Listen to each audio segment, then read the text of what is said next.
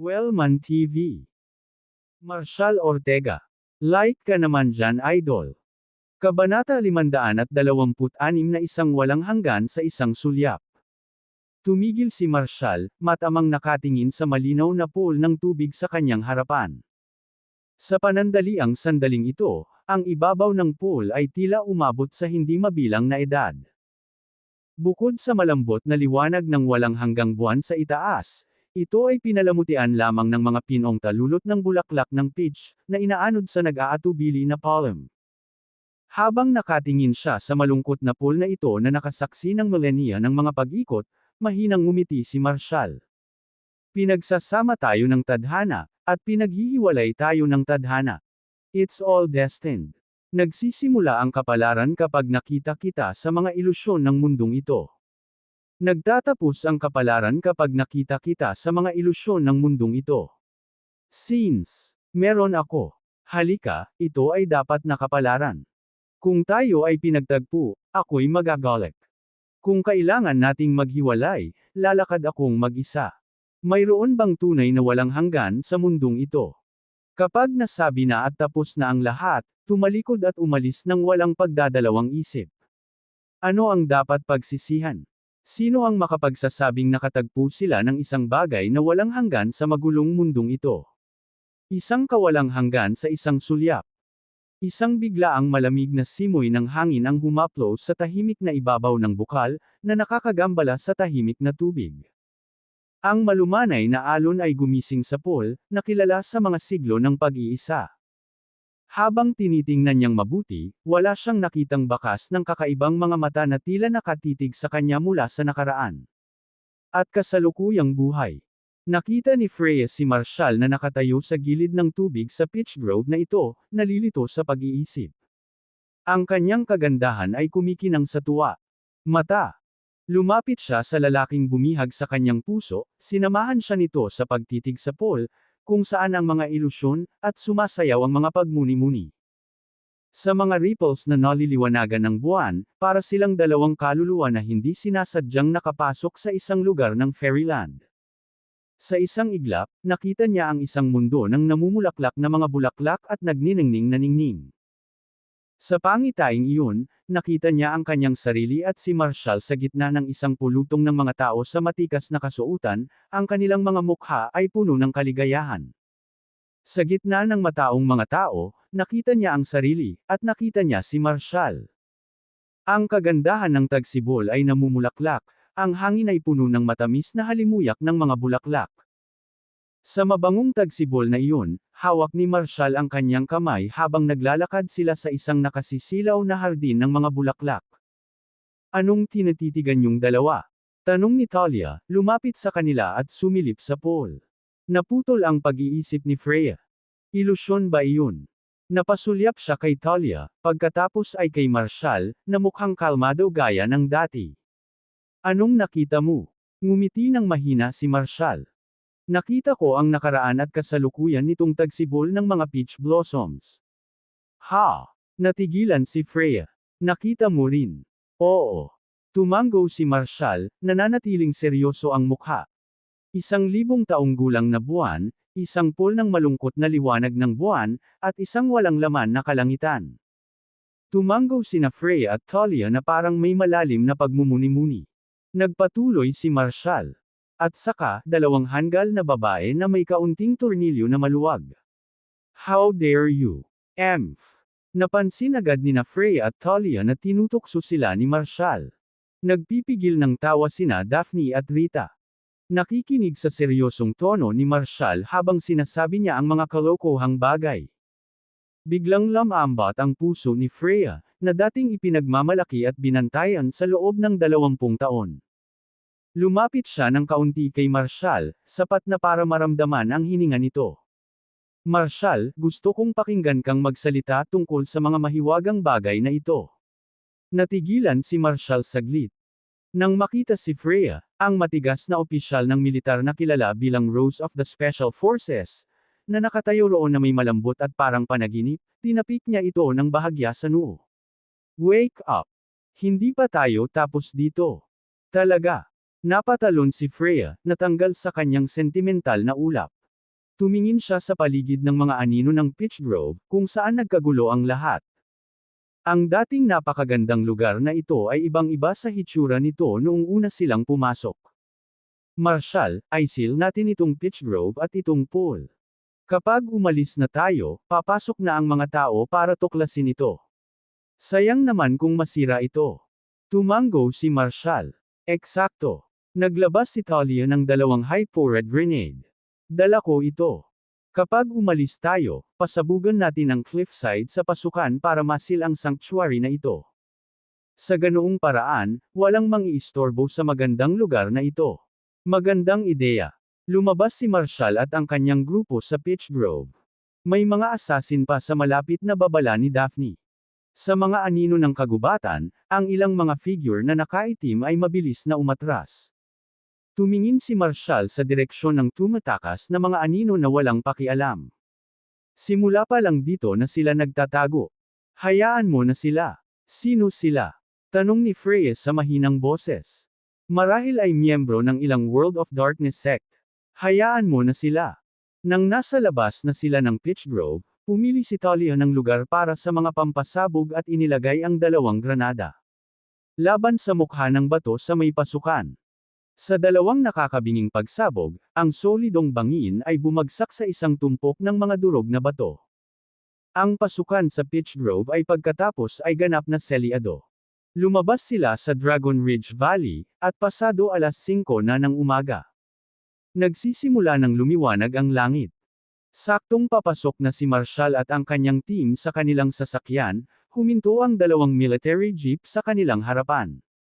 Isa ba sa inyo si Mr. Ortega? 2 sundalong nakauniporme ng koronel ang humakbang sa harap ni Marshall. Nagtaas ng kilay si Marshall. Ako yan. Ano gusto mo? Malamig na tumugon ang 2 koronel, walang ekspresyon. Ibigay mo ang mga bagay na nakuha mo sa Dragon Ridge Valley. Pagkatapos ay sumama ka sa amin upang ipaliwanag ang lahat ng nangyari sa Dragon Ridge Valley ng detalyado. Bahagyang kumunat ang noo ni Marshall. Sumama ka. Sino ka ba? Magwala ka. Please cooperate with the investigation. Don't make this difficult for us. Ang 2 koronel ay nanatili sa kanyang landas, ang kanilang mga boses ay malamig. Pagkatapos, 2 pang koronel ang lumabas sa jeep. Tanong ni Freya at Talia, saang division kayo galing? Malamig na sagot ng mga koronel. Wala kang awtoridad na magtanong. Mangyaring makipagtulungan at agad na ibigay ang anumang mga bagay na nakuha mula sa Dragon Ridge Valley. At, ikaw, itinuro ng isa sa mga opisyal si Marshall. Sumama ka sa amin at linawin ang lahat ng nangyari sa Dragon Ridge Valley. Kung hindi, magbabayad ka. Tinatakot mo ba ako? Ngumisi si Marshall. Mr. Ortega, this isn't a threat. It's our duty, the colonels replied icily. Otherwise, we'll have to take you in by force. Ang 2 koronel ay humakbang pasulong, naghahanda na ikulong siya. Sa biglaang bugzo ng hangin, sinipan ni Marshall ang magkabilang kolon sa lupa. 2 pistol ang idiniin sa kanilang mga ulo. Bantaan ako. Mamatay. Ang 2 pang koronel ay hindi inaasahan na lalaban si Marshall at mabilis na inabot ang kanilang mga baril. Ngunit bago pa man sila makadrawing ay natangay na sila ni Talia ng isang sipa. Humakbang pasulong si Freya, may awtoridad ang boses nito. Kilalanin ang iyong sarili. Naglakas loob kang magbanta sa isang general sa ilalim ng utos ng Chief Instructor ng Warwolf Special Forces ng Zone 3. Sa pamamagitan ng protocol sa larangan ng digmaan, may awtoridad akong patayin ka kaagad. Sa sandaling iyon, isang hammer ng militar ang mabilis na tumakbo patungo sa kanila. Si Jack, Simon, at Martin ay lumabas ng sasakyan. Pinandilatan ni Jack ang mga opisyal ng koronel na nakahandusay sa lupa at tumahol, saang unit kayo galing? Sino ang nag-utos sa inyo na ikulong si General Ortega? Sagutin mo ako. Pinakawalan sila ni Marshall. Ang isa sa mga koronel ay sumaludo sa 3 general at sinabing, General Grayson, kasama kami sa security unit ng Central Foreign Affairs Bureau. Nakatanggap kami ng reklamo mula sa isang dayuhang sekta. Sinasabi nila na nawalan sila ng isang artifact, Isang hiyas na tinatawag na Draconite, ilang araw na ang nakakaraan sa Dragon Ridge Valley. Nalaman nila na ang Draconite na ito ay kinuha ni Marshall at ng kanyang koponan, kaya Kabanata 527 Kailan tayo nagsimulang maglaro ng mga lapdog para sa mga hamak na ito? Ang isang dayuhang sekta ay nawala ng isang Draconite, ha? Galit na tahol ni Jack.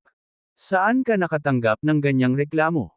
Sabihin mo sa akin ang pangalan ng sekta na ito. Katawa-tawa.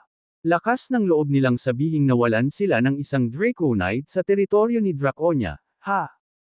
Madali kong masasabing nasa likod bahay ko ang buong sekta nila, dahil nawala ako doon ilang taon na ang nakakaraan. Bakit hindi kayo magmarcha sa Central Foreign Affairs Bureau at ibalik ang ari-arian ko? Lahat ba kayo naging lapdog para sa mga *mabag na ito? Look at yourselves. Mukha ba kayong Draconians? Sa loob ng 30 minuto, gusto kong bigyan ako ng iyong direktor ng isang kasiyasyang paliwanag. Kung hindi, personal kung ihaharap kayong 4 sa tribunal ng militar bukas. 4 na koronel lamang ang nangangahas na tumutok ng baril sa isang general ng espesyal na puwersa. Napagtanto mo ba na ito ay nasa hatol ng kamatayan?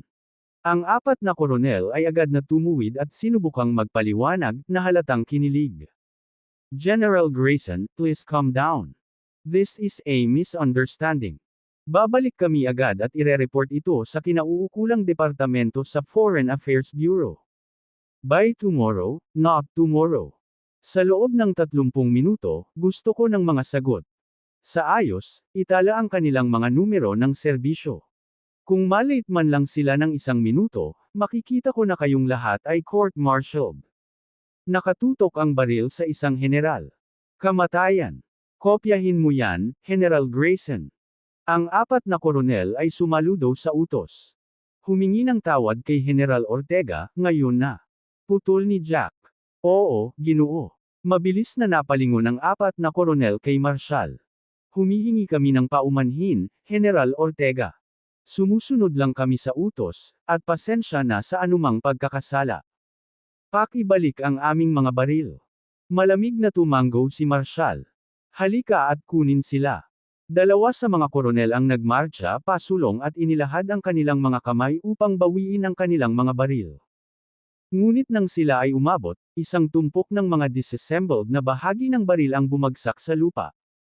Ang parehong mga pistola ay natanggal sa gulo ng mga bahagi. Natigilan ang mga koronel, kumikislap ang galit sa kanilang mga mata. Ito ay isang lantarang kahihiyan mula kay Marshall. Kunin mo ang mga baril mo. Mariing utos ni Marshall. Nag-aatubili, ang mga koronel ay yumuko at inipon ang mga nakakalat na bahagi ng kanilang mga pistola. Umalis ka dito. Napabuntong hininga si Marshall. Tandaan wala nang susunod. Sa susunod, babayaran mo ang buhay mo. Ang mga koronel, hawak-hawak ang kanilang mga disassembled na sandata, ay sumugod sa kanilang mga sasakyan at mabilis na umalis sa kahihiyan. Tumingin si Simon kina Marshall, Freya, at Talia at binigyan sila ng magalang na tango. Magaling kayong lahat. Pagkatapos, nang tumingin siya sa kanyang anak na babae, ang kanyang mahigpit na ekspresyon ay lumambot sa isang nakakalokong ngiti. Talia. Ang dati niyang marangal na kilos ay tuluyang naglaho. Sa harap ng kanyang anak na babae, siya ay walang iba kundi isang mapagmahal na ama, halos yumuyuko at kumakamot. Let Dad take a look. Are you hurt? Napabuga ng dibdib si Talia sa pagmamalaki. Paano ako masasaktan sa Mr. Marshall dito, walang makakahawak sa akin. Natawa si Simon sa maangas na ugali ni Talia. Exactly, that's my girl. Lalo kang naging tough mula nang sumali sa Werewolf. Ang galing mo pang magyabang ngayon. Get lost. Kailan pa ako nagyabang? Maaari mong tanungin sina Colonel Wright at General Ortega kung paano ako gumanap. Hindi ako natakot sa mga tinatawag na top-tier masters. Ang mga maalamat na eksperto ay walang iba kundi mga mahihina. Haha. Napaka-bold. Tumawa ng gusto si Simon na ang mukha ay isang masa ng mga kulubot. What I mean is, now that you've had this experience, it's probably enough. Bukas, tayo na ang bahala sa mga papeles para maibalik ka. Kailangan ka ng Security Bureau 7th Investigation Division. Bakit? Protesta ni Talia. Sa paraan ng pagsasalita mo, parang babagsak ang dibisyon ng wala. Ako. Nag-alinlangan si Simon. Maaaring hindi mapanatili ng Warwolf ang kanilang unit designation sa oras na ito. Ang pananatili sa kanila ay hindi gaanong kapaki-pakinabang. Bumalik at gawin ang iyong pangunahing trabaho. Hindi na ako babalik. Ngumuso si Talia. Sino bang may sabing hindi kayang panatilihin ng Warwolf ang designation ng unit nila? Kasama ko dito at syempre, kasama sina General Ortega at Colonel Wright dito rin ang Warwolf ay hindi mabubuwag. Kung patuloy kang nagsasalita ng walang kaparirikan, tatanggihan kita bilang aking ama. Natigilan si Simon. Sige, maaari kang manatili sa Warwolf. Kung wala ka, malamang na mawala ang kanilang pagtatalaga.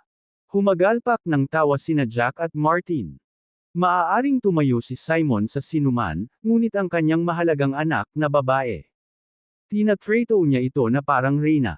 Gaano man katigas ang ulo ni Talia, palaging susuko si Simon. Nang makitang pinagtatawanan siya ng kanyang mga kaibigan, mabilis na ipinaliwanag ni Simon, tama ang babae. Dapat sumalungat ang mga kabataan sa Agus, para manggahas ng tila imposible iyan ang humahantong sa tagumpay. Nakangiting umiling si Jack at lumapit kay Marshall. So, anong na-encounter mo sa Dragon Ridge Valley? The so-called Draconite. Mahinahong sagot ni Marshall. Draconite.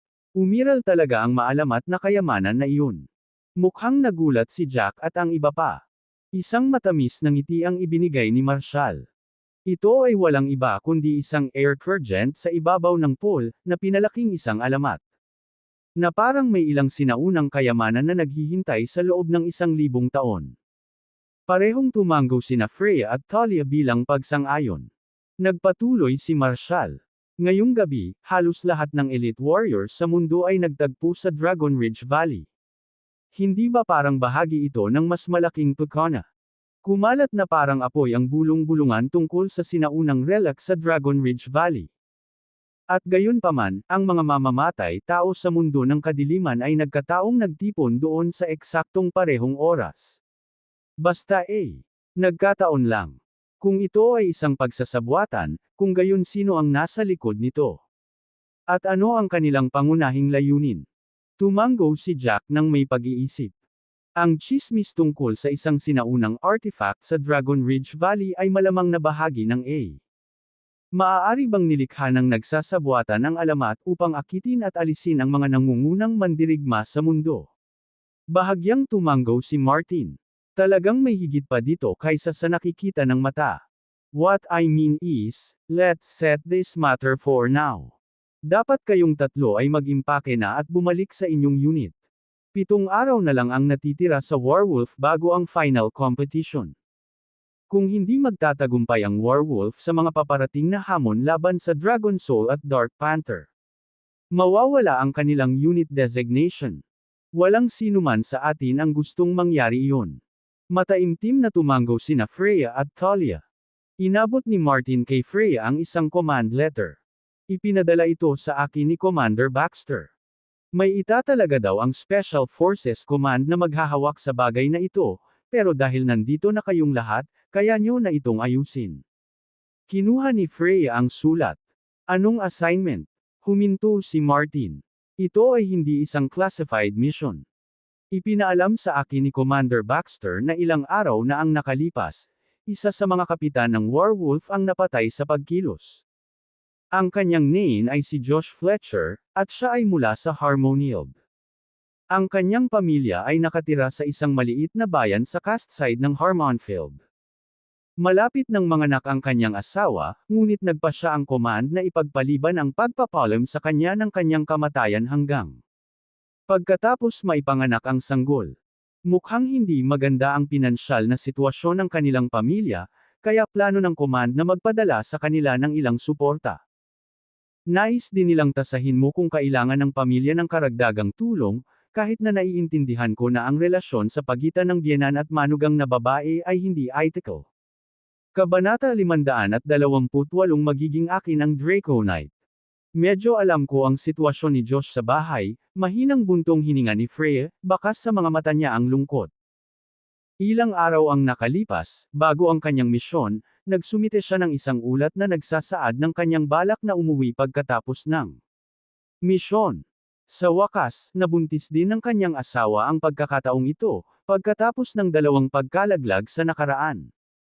I advised him not to go on that mission, pero nagpumilit siya. Walang magawang umiling si Freya. Ang asawa ni Captain Fletcher, si Monica Zimmer, ay 7 buwang buntis at nagtatrabaho pa rin. I originally planned to visit her when I returned to Harin Anfield, but I don't know how to break the news to her about Josh. Tumango si Martin. Ang mga tagubili ni Commander Baxter ay huwag sabihin sa asawa ni Josh ang tungkol sa kanyang pagkamatay. Gusto nilang maghintay hanggang sa ipanganak ang sanggol. Ang kanilang pamilya ay nasa isang mahirap na sitwasyon sa pananalapi, at sa ngayon, siya ay talagang nangangailangan ng pera. Freya, umuwi ka na, magpahinga ka, at kumuha ka ng mga gamit at ang espesyal na stipend mula sa command kapag binisita mo ang kanilang pamilya. I'll head home, take a quick shower, and then go see her. Sagot ni Freya. Nilingan niya si Marshall, gusto mo bang sumama sa akin? Sige. I'll meet you sa Vista Lake Villa. Sasama rin ako, humakbang si Talia. I'll be at your place by noon to pick you up. We'll head back to Warwolf in the afternoon, sabi ni Frey sabay tapik sa ulo ni Talia. So, pupunta ka ba para mag-shower sa pwesto ko o kasama si Marshall sa Vista Lake? Napakurap-kurap si Talia, nalilito. Ako. Sa Rivers Family Council Hall, sa Curania. Ang patriarch ng pamilya, si Windsor Rivers, ay lumuhad sa gitna ng bulwagan, madilim ang kanyang mukha. Di man ito. Pinagtaksilan tayo ni Cynthia. Naglakas loob siyang talikuran ang pamilya Rivers at ang aming sekta. Personal kong ibabalik ang kahihiyan na iyon sa pamilya at tatubusin ko siya sa kanyang buhay. Ang sect master ng Northern Star Sect, si Juan, ay umiling sa kalungkutan. Si Uras ang pinakamahalaga kong disipulo. Hindi ko inaasahan na mamamatay siya sa Dragon Ridge Valley. Kung alam ko lang na ganito ang kalalabasan, hinding-hindi ko siya pinayagang mag-isa. Siya ang pinaka-promising na estudyante na mayroon ako sa mga taon. Kung nabuhay siya, daig pa niya ang sarili kong kakayahan. Pero sayang. Nagpatira pa si Windsor kay Juan. Master Denver, malaki ang utang ng pamilya ko sa iyo. Tanggapin mo ang aking pakikiramay, isang mahabang buntong hininga ang pinakawalan ni Juan. Responsibilidad ko rin ito. Hindi ko akalain na si MS Rivers ay magpapasakop sa Divine Drakebane. Nagawa ng Dim Drakebane na iyon na sirain ang ating soul-eating charm. Nasira ang mga taon ng aking pagsisikap. Dapat siyang mamatay. Libo-libong beses. Kung hindi natin siya aalisin, ang mga plano natin ay mahirap isulong. Yumuko si Windsor. Master Denver, iniulat ng aming mga scouts na kagabi, maraming elite warriors mula sa World of Darkness ang pumasok sa Dragon Ridge Valley. Nakakagulat, ang nangungunang 4 na mandirigma sa Dark List mula 20 taon na ang nakakaraan ay pinatay lahat ni Divine Drakebane. Aaminin ko na ang kinatatakutan ng taong ito sa buong Western World of Darkness ay talagang napakalakas. Unless you and your top disciple, Teddy Harlan, challenge him directly, few could match him. Tumango si Juan. Ang buong mundo ng kadiliman ay puno ng mga alingaw-ngaw ng isang sinaunang relic na lumilitaw sa Dragon Ridge Valley, ngunit hindi ito aktwal na lumabas sa oras na ito. Nagtataka ako. Maaari bang mayroong isang uri ng pagsasabuatan sa paglalaro? Lahat ng mga mandirigma na pumasok sa Dragon Ridge Valley ay nakakita lamang ng Draconite na bato. At para sa Draconite na ito, pinatay ng Divine Drakebane ang ilang nangungunang mandirigma mula sa Dark List. Nawala rin ang mahalagang operatiba namin, Otis. Kumunot ang noo ni Windsor. Ang mga pangyayari noong 20 taon na ang nakakaraan ay may kakaibang pagkakahawig sa labanan kagabi sa Dragon Ridge Valley. Nararamdaman ko na parang may nag-o-orchestra ng mga bagay mula sa likod ng mga eksena. Ngunit sa pagkakataong ito, hindi namin inaasahang nakita ang Draconite na lumitaw. Ang buong mundo ng kadiliman ay hindi mapakali. Sa ngayon, nagdadalawang isip pa rin sila, nag-iingat sa reputasyon ni Divine Draclian, kaya hindi pa sila kumikilos. Ngunit bigyan ito ng ilang oras, at ang mundong ito ay magugulo sa kaguluhan. May isang matandang kasabihan sa Draconia, possessing a treasure invites disaster. Ngayon na ang Draconite ay nasa mga kamay ni Drakebane, siya ay natagpuang humarap sa walang humpay na pagtugis mula sa bawat madilim na organisasyon sa buong mundo. Ang tukso ay sadyang napakahusay. Kahit na nag-iisang inalis ni Divine Drakebane ang nangungunang apat na mandirigma mula sa Dark List, ang pang-akit ng Draconite ay nananatiling hindi mapaglabanan. Marami pa rin ang maghahangad na hamunin siya, na hinayla ng pangako ng kapangyarihan. Kung saan may saganang gantimpala, palaging may matapang na kaluluwa, at kung saan may matinding tukso, palaging naroon ang mga habilin. Manahimik muna tayo sa ngayon at maghihintay na umani ng mga gantimpala. Kapag naubos na si Drakebane, hahampasin natin ang mga anino at aangkinin natin ang Draconite.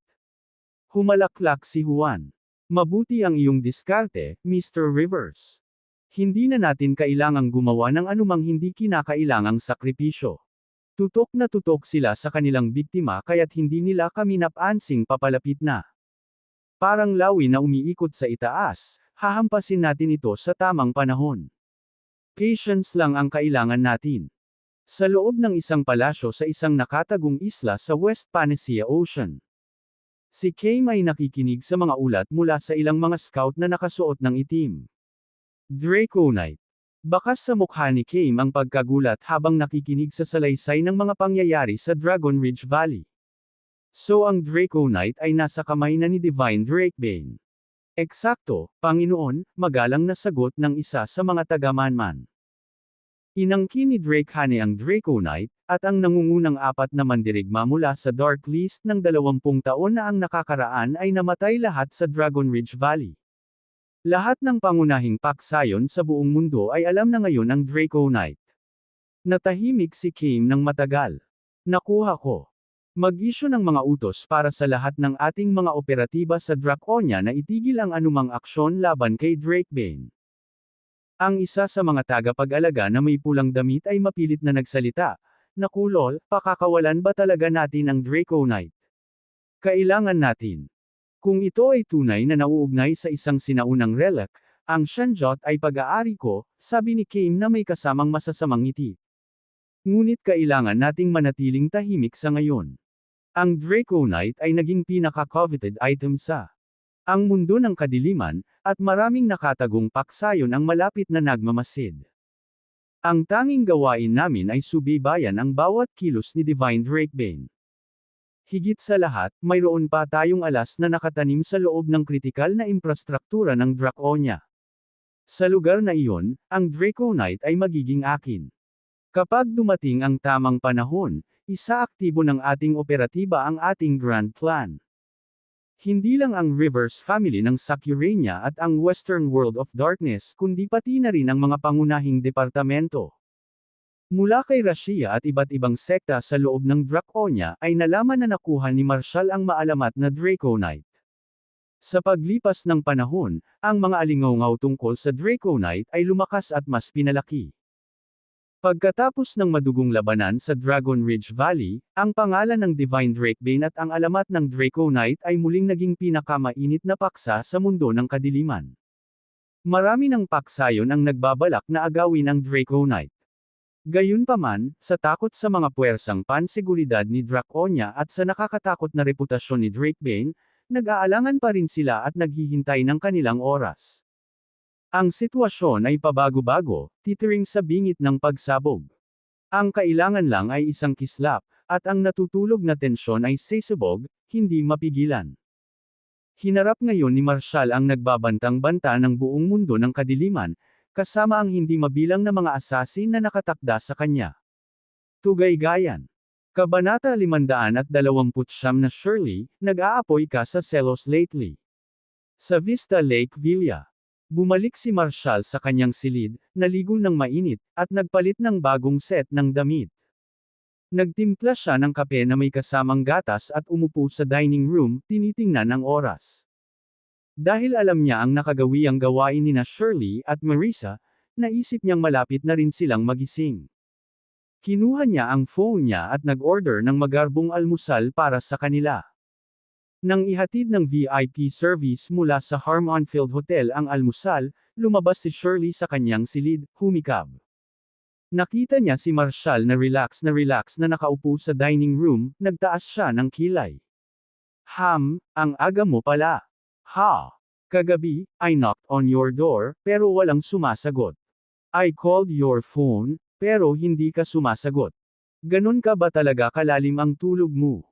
Huminto si Marshall, bumubulong sa sarili, kinatok mo ang pinto ko sa kalagitnaan ng gabi. Sayang naman at namiss ko ito. Umupo si Shirley sa tabi niya, pinasadahan ng daliri ang mahaba niyang buhok. Medyo nahirapan ako sa tulog kagabi. Binigyan siya ni Marshall ng mapanuksong tingin. Kumakatok ka ba sa pintuan ko para sa isang bagay? Umiling si Shirley, pagkatapos ay napagtanto kung ano ang kanyang inamin at natigilan. Oo. Ha? Sa isang maliit na sigaw, bigla niyang napagtanto na hahayaan niyang mawala ang kanyang iniisip at bumalik sa kanyang silid sa isang iglap. Napatingin si Marshall sa bakanteng pwesto sa tabi niya. Did she just vanish? Was that my imagination? Si Shirley, pabalik sa kanyang silid, naramdaman ang kanyang mukha na parang apoy. Ano bang iniisip ko? Ang daldal ng lahat ng kalokohan sa harap ni Marshall sa umaga nakakahiya. Matapos mag-isip ng ilang sandali, inayos niya ang sarili, hinawakan ang kanyang hitsura sa banyo, nagsuot ng propesyonal na damit, at bumalik sa silid kainan. Nagkukunwaring walang pag-aalinlangan, casual siyang ngumiti. Oh, maaga ka pala ha. Tumingin si Marshall sa kanya, nalilito. Hindi mo man lang ba ako tinanong yan? Ako ba? Nandito ba ako kanina? Si Shirley ay naglaro ng inosente. Marshall, baka hindi ka nakatulog ng maayos at may nakikita ka. Bumangon na lang ako. How could I have been here already? Tiningnan siya ni Marshall, sinusubukang alalahanin. Ngayon lang, lumapit ka at tinanong ako kung narinig kong kumakatok ka kagabi. Nandito na ba ako? Ipinagpatuloy ni Shirley ang kanyang pagkilos, mukhang talagang naguguluhan. Tinitigan siya ni Marshall, natulala. Siya ngayon ay tiyak na mga babae, lalo na ang magagandang wonden, ay ipinanganak na mga artista. Maya-maya lang ay lumabas si Marissa sa kanyang kwarto. Marshall, maaga kayong lahat ha. Kagabi, halos hindi kami nagkaroon ng pagkakataon na makahabol dahil ang lahat ay nagmamadali at huli. Marshall, kung maaari, gusto kong bumalik ng tuluyan sa Draconia. Sa ganoong paraan, mas madalas kitang makita. Gusto ko rin dito si Brenda. Walang tatalo sa sariling bansa. Itinayo ng TII ang punong tanggapan para sa aking sour soup restaurant dito sa Harmonfield. Kapag nagsimula akong kumita ng magandang pera, bibilhan kita ng ilang malalaking bahay, at maaari kang magpakasal at magkaroon ng maraming anak. Lumingon siya kay Shirley na may matamis na ngiti. I think Ms. Dawn here would be perfect as your bride. From my experience, she has the kind of figure na kayang magkaanak ng maraming anak. Natigilan si Shirley. Hindi niya inaasahan na si Marissa ay magsalita ng lantaran tungkol sa pagkakaroon ng mga anak sa harap niya mismo. Pulang-pula ang mukha niya. Si Marshall, nang makita ang kahihiyan ni Shirley, ay nagpasya na asarin siya. Marissa, huwag kang mag-alala tungkol dito. Napag-usapan na namin ni Shirley ang tungkol dito, nagpaplano kaming magkaroon ng 10 anak. Pagkatapos mong magretiro, matutulungan mo kaming palakihin sila. Marissa na tuwang-tuwa na pumalakpak ang kanyang mga kamay. That's wonderful. Marshall, pinagmasdan kong mabuti kagabi. Ang gaganda ng ibang mga babae, pero si Shirley ang tunay na wife material. Sinulyapan ni Marshall si Shirley, na ngayon ay pulang-pula na ang mukha. Oo, ganoon din ang nararamdaman ko. Gayunpaman. Napatingin sa kanya si Shirley. Gayunpaman. Ano? Gayunpaman. Huminto si Marshall, naglalaro, at inabot ang isang baso ng gatas kay Marissa. Bilasan mo at sabihin mo sa amin. Bulalas ni Shirley, hindi na napigilan ang pag-usisa. Napatalon si Marissa, nagulat sa biglaang pagsabog ni Shirley. Ang baso ng gatas ay dumulas mula sa kanyang mga kamay, na tumalsik sa buong sahig. Nang makita ang reaksyon ni Marissa, napagtanto ni Shirley na nawala ang kanyang katahimikan. Oh, Marissa, I'm so sorry. Hindi ko sinasadyang gulatin ka. Medyo nabalisa lang ako. Sina Marshall at Shirley ay parehong tinulungan si Marissa na makatayo. Si Marissa, na ngayon ay nakabawi, natawa. No worries. I actually enjoying seeing you two like this. Kabanata 530 Springbrook Private Club. Sa paglabas nila sa mga hangganan ng lungsod ng Harmonfield, agresibong dumaan ang isang convoy ng mga luxury sports car. Isang makinis na Porsche sa convoy ang sumenyas na umalis at bumagal bago tumabi sa gilid. Thalia. Si Michelle Kendall, ang panganay na anak na babae ng kilalang Kendall sa Brighton, ay nakadungaw sa kanyang ulo sa labas ng bintana. Pupunta kami sa Springbrook Private Club. Sumama ka sa amin, tawag niya. Noon lang naalala ni Thalia si Michelle na binanggit ang isang pagtitipon ng mga social elite ni Brighton noong nakaraang gabi. Sinenyasan ni Thalia si Michelle na tawagan siya. Ilang sandali pa, bumalik na si Michelle sa loob ng kanyang sasakyan, at tumunog ang telepono ni Thalia. Thalia, nakita kong kasama mo si Chief Instructor at si Freya. Isama mo sila para makipagkaibigan. Maraming pamilyar na mukha mula sa Brighton ang narito ngayon, si Catherine mula sa lumang distrito ng militar at ang aking mga pinsan na sina Elliot at Hendrix Chandler ay narito rin. Nang marinig na nasa Harmonfield ka, si Hendrix ay nagmamadaling bumaba mula sa North Floor ng magdamag at iginiit na imbitahan kita. Nagdala siya ng ilang bihirang, vintage na malamig na armas mula sa kanyang koleksyon. Thalia, dapat alam mo na noon pa man ay may gusto na sayo si Hendrix. Anyway, kailangan mong sumama kahit sandali lang. What happens between you two later is not my business, dagdag pa ni Michelle na may pilyong tono. Sinulyapan ni Thalia si Marshall sa rearview mirror at mabilis na sumagot, Michelle, stop teasing me. I've never thought about it way, and don't you dare bring it up in front of Mr. Ortega. Oh, right, she added hastily, we're actually on our way to Estoril to visit the family of a fallen comrade, baka wala na tayong oras para sa party. Napabuntong hininga si Michelle, sige, come by after you guys are done. The gathering is at Estoril. You can contact me afterward. Kasabay ng dagandong, parang ipoy-po ang takbo ng linya ng mga mamahaling sasakyan. Sinundan ng tingin ni Freya ang marangyang convoy. She looked solemn. Nakakagulat na nakarating sila sa Harmonfield. Ang Brighton ay mayroong lahat ng uri ng mga lugar upang mag-party. Bakit dito sila pumili? Kung ikinonekta natin ito sa nangyari kagabi sa Dragon Ridge Valley, ang kanilang biglaang kolektibong presensya sa Harmonfield ay nagsisimulang magkaroon ng kahulugan. Marshall, pinaghihinalaan ko na may tao sa likod nito, tinutulak sila sa direksyong ito. Tumango si Thalia bilang pagsang-ayon. Tama ka.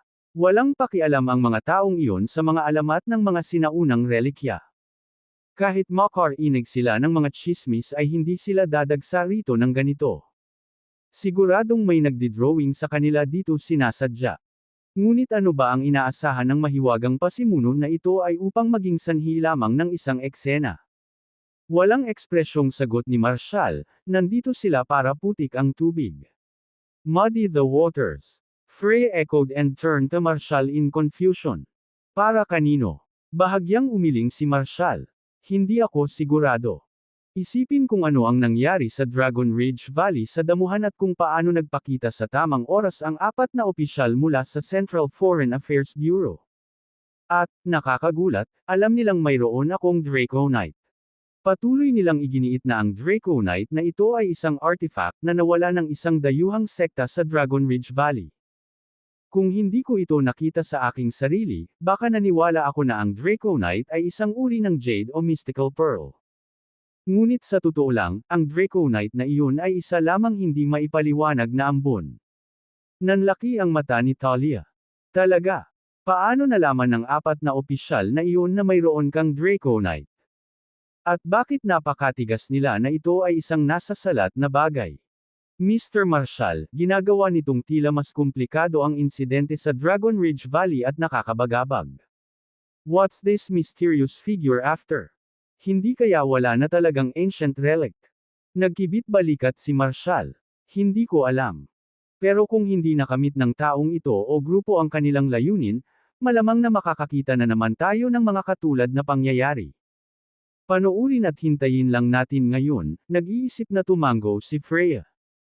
Siya nga pala, hiniling ko sa mga bantay ng aking lolo na tingnan kung sino ang nag-imbita sa lahat ng mga tagapagmana ng Brighton na ito sa Harmonfield. Ito ay ang mga York ng Brighton. Ang Springbrook Private Club sa Estorid ay isa sa mga pangunahing establishmento na pag-aari ng Yorks, isang pamilya na sumikat sa mga nakaraang taon. Ang kasalukuyang patriarch ng York ay si Cohen. 30 taon na ang nakalilipas, ang ama ni Cohen, si Albert York, ay nagsimula mula sa rehiyon ng Brighton at kalaunan ay itinatag ang York Group. Nang pumanaw si Albert, kinuha ni Cohen ang negosyo ng pamilya. Sa nakalipas na ilang taon, dahil sa kanilang kaugnayan sa Kendalls ng Brighton at ng mga Chandler ng Northlorne Residence, mabilis na lumawak ang mga York sa eksena ng negosyo ni Brighton. Noong nakaraang taon, sinimulan pa nilang palawakin ang kanilang impluwensya sa buong bansa. Ang Springbrook Group ay ang kanilang flagship enterprise sa Brookhaven. Ang imbitasyon ng mga York para sa mga piling tao ng Brighton na magtipon sa Estorid ay tila isang pagtatangka na makakuha ng pabor sa mga makapangyarihang pamilyang ito, ngunit ang kanilang tunay na intensyon ay hindi malinaw. Hindi namin alam kung kumikilos sila sa utos ng iba o minamanipula lang. Isang maliit na ngiti ang ibinigay ni Marshall. Sino ang nakakaalam na ang Harmonfield, na hindi kahit isang pangunahing lungsod, ay maaaring maging komplikado? Here's the plan.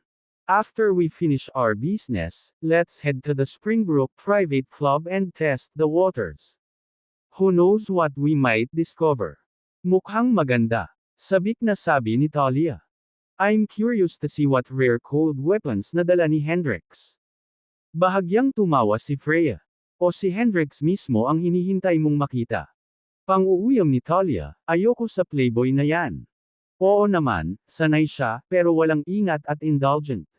Ang hamak na iyon ay may ilang pagkamatay pa ng mga babaeng estudyante sa kolehiyo. Kung hindi dahil sa kanyang lolo na si Lord Northlorne, matagal na siyang naaresto. Oh, siya nga pala, si Colonel Wright, ang asawa ni Captain Fletcher ay nagtatrabaho sa Springbrook Mall, na bahagi ng Springbrook Group. Tumango si Freya. Oo, tiningnan ko ang mga detalye ng pamilya ni Captain Fletcher. Ang kanyang asawa ay nagtatrabaho sa seksyon ng larwang pambata ng Springbrook Mall. Ang mall ay nasa tapat mismo ng Springbrook Private Club. We can head over once we are done. Habang nagsasalita sila, dumating sila sa sentro ng lungsod ng Estorid. Inilabas ni Freya ang kanyang telepono at tinawagan ang asawa ni Josh na si Monica Zimmer. Hello, sino ito? Si Monica ay hindi kailanman nakikipag-ugnayan kay Freya. Hello, ako si Freya Wright, isa sa mga kasama ni Josh. Lumiwanag ang boses ni Monica. Oh, Colonel Wright. Nabanggit ka ni Josh. May maitutulong ba ako sa iyo? Ako. Huminga ng malalim si Freya, pinipigilan ang lungkot na sumikip sa kanyang dibdib. Oo, nadadaanan namin si Estorst sa duty, at dahil hindi pa nakakabalik si Kapitan Fletcher, nandito kami para ihatid sa iyo ang service allowance niya na puno ng pasasalamat ang boses ni Monica. Maraming salamat, Colonel Wright. Nasaan ka ngayon? Pupunta kami sa iyong pinagtatrabahuan, Springbrook Mall.